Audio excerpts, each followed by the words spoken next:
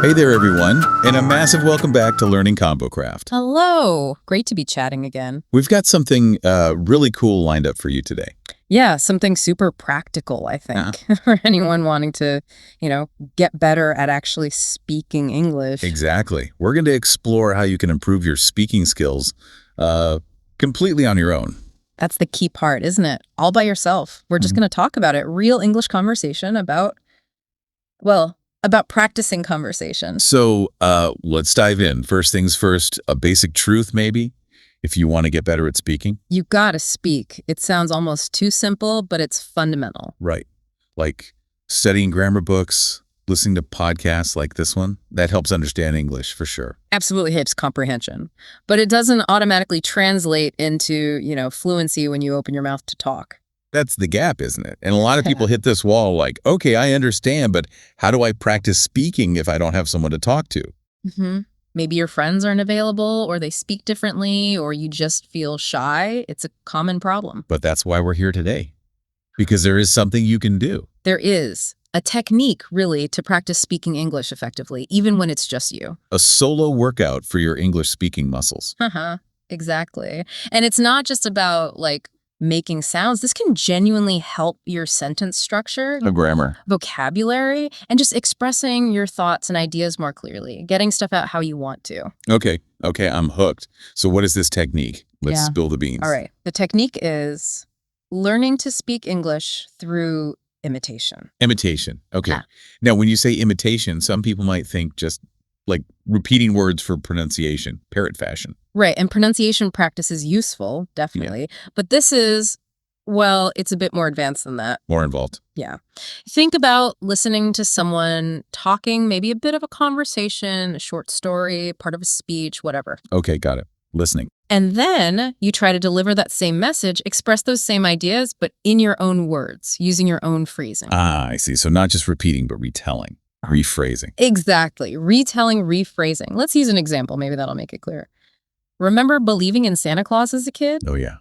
Definitely. Magical times. So imagine someone tells their memory like this.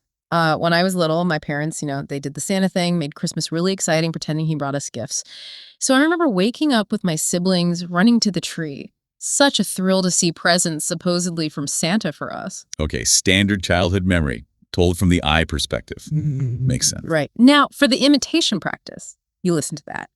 Then you try to tell the same basic story, but shift the perspective. Shift it how? Like, instead of I, my, us, talk about it as if it happened to someone else. Use he, his, them. Oh. Okay, let me try. So listening to that first one, I'd then say something like, when he was young, his parents also pretended Santa brought them presents at Christmas, made it really special for him and his siblings. So they would wake up and find gifts under the tree, thinking Santa left them there. Exactly. Spot on. See what you did there. Yeah, I had to consciously change the pronouns, the possessives. My parents became his parents. Us became them. Right. You kept the core meaning, the story, but you actively manipulated the grammar to fit the new perspective. Right. It's a small change, but it makes you think about the structure. It does. It's like a little language puzzle. Okay, so that Santa story shows imitating small bits, phrases, short sentences, changing keywords. Precisely. That's one way to do it, especially when you're starting out, working with smaller chunks. But you mentioned other ways, too. Yeah, absolutely. You don't always have to break it down so small. You could listen until the speaker finishes, like a complete thought or a whole idea. A slightly bigger chunk of speech. Right. Then you pause and you try to express that same complete idea yourself. Maybe using slightly different words, but conveying the same core message. Okay, that sounds a bit more challenging. Taking in more information before reproducing it. It is. And you can even, push it further. Listen to an entire short talk or a story or a significant chunk of conversation. The whole thing. The whole chunk, yeah. And then try to deliver the main points or summarize it or even retell the whole thing from memory in your own style. Wow. Okay, that goes from quite manageable to pretty demanding. Imitating phrases versus retelling a whole speech. It's a spectrum, definitely. And that's why we often recommend combining these. Think of it as like easy to hard imitation. Progressive training. Progressive training. Wow. Like in fitness, you start small and build up. Exactly that analogy. You wouldn't just jump into the heaviest weights. No, you'd hurt yourself. Right. So with imitation, you start easy. Maybe just repeat some short phrases you hear clearly. Get comfortable with that. Okay, step 1. Then maybe try rephrasing those short sentences, like the Santa example. Little tweaks. Step 2. Got it. Then progress to summarizing slightly longer chunks, a paragraph's worth of ideas, perhaps. Right. Building up the complexity. And finally, you aim for retelling larger portions, maybe even the whole piece if it's short enough. It's about gradually increasing the challenge for your brain.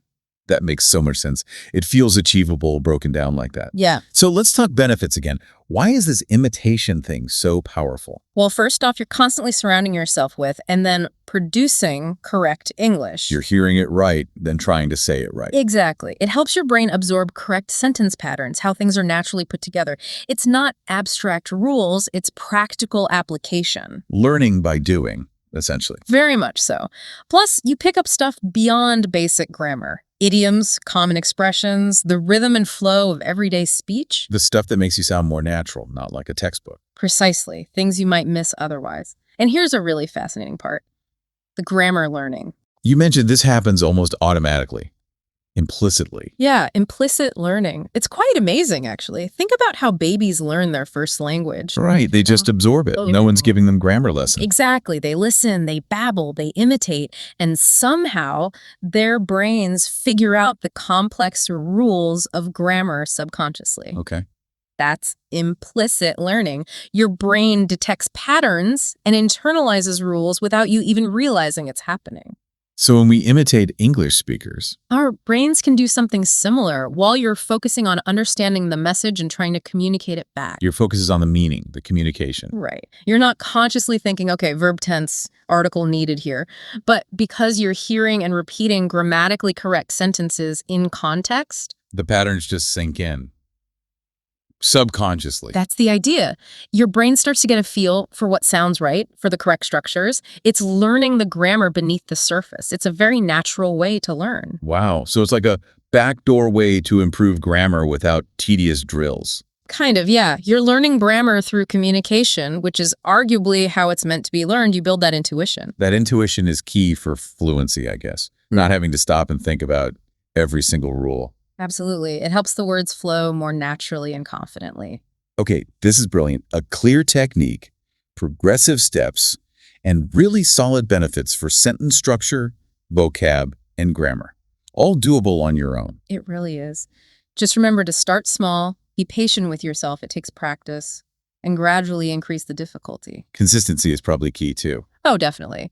Little and often is usually better than one massive session. You'll really notice the difference over time. Fantastic. Well, I think that covers the core idea really well, doesn't it? Yeah, that's the essence of using imitation for solo speaking practice. Okay, so that pretty much wraps up our chat for today on this super useful technique. Hope you found that helpful. If you enjoyed this and want more tips and conversations like this, definitely subscribe to Learning ConvoCraft. Yeah, hit that subscribe button so you don't miss out on future chats. And hey, if you know someone else learning English who might benefit from this, Please share it with them. Let's help everyone improve together. definitely.